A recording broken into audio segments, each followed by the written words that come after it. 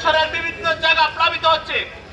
বিআরডিসির উদ্যোগে বিগত 6 মাস পূর্ব থেকে খাল খনন কর্মসূচি মিরেশ্বরের বিভিন্ন অঞ্চলে আরম্ভ হচ্ছে, কিন্তু এই খাল খনন কর্মসূচিগুলা অল্প অংশ করে উপরে অংশ করে বাকিটা নিচের দিকের খালগুলা এখনো খনন করা হয় নাই, যার কারণে অল্প বৃষ্টিতে পানিগুলা নিচের দিকে পরিষ্কার হচ্ছে না।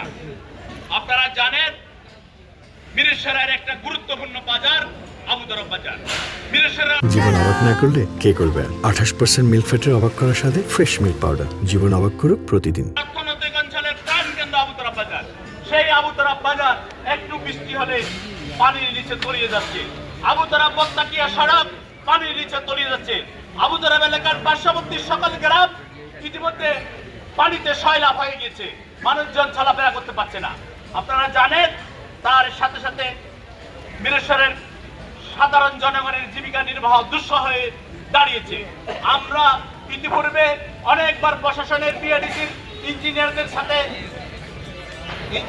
সাথে যোগাযোগ করেছি, এসিল্যান্ড মহোদয়ের সাথে যোগাযোগ করে তাদেরকে সরজমিনে আবুতরফ বাজারের পরিস্থিতি, খালের পরিস্থিতি দেখিয়েছি।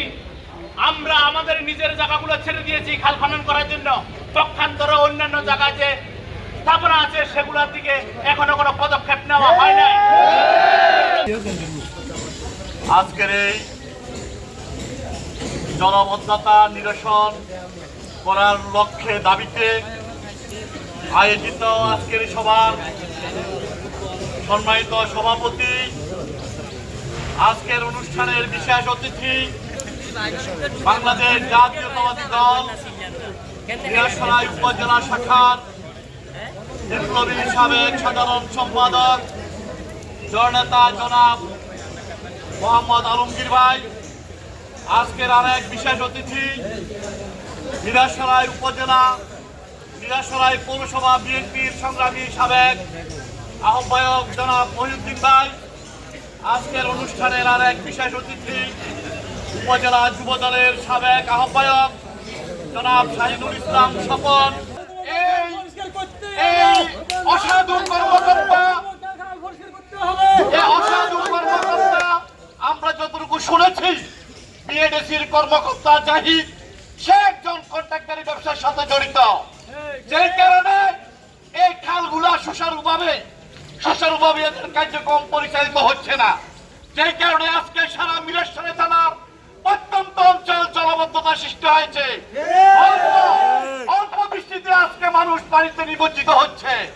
আজকে আমরা স্পষ্ট ভাষায় বলতে চাই, ইতিমধ্যে আমাদের বিশেষ অতিথি জনাব আলমগীর ভাই সহ বক্তারা যেসব খাল নিয়ে বক্তব্য দিয়েছেন, আগামী 1 সপ্তাহের মধ্যে যদি এই সকল খালের উপর অবৈধ স্থাপনা উচ্ছেদ করা না হয়, আগামী 1 সপ্তাহ পরে বৃহত্তর পরিসরে হব। তাই আজকে মাননীয় ইউনো মহোদয় সহ বিএডিসির কর্মকর্তাদের উদ্দেশ্যে বলতে চাই, অবিলম্বে পানি নিষ্কাশনের ব্যবস্থা করে মিরেশ্বরবাসীকে পানি বন্ধতা থেকে মুক্তি দিতে হবে, তাহলে আমরা পরবর্তী বৃহত্তর কর্মসূচি আমরা ঘোষণা করবো। বক্তব্য দীর্ঘায়িত না করে আপনাদেরকে আগামী 1 সপ্তাহ ধৈর্য ধারণ করার উদাত্ত আহ্বান জানিয়ে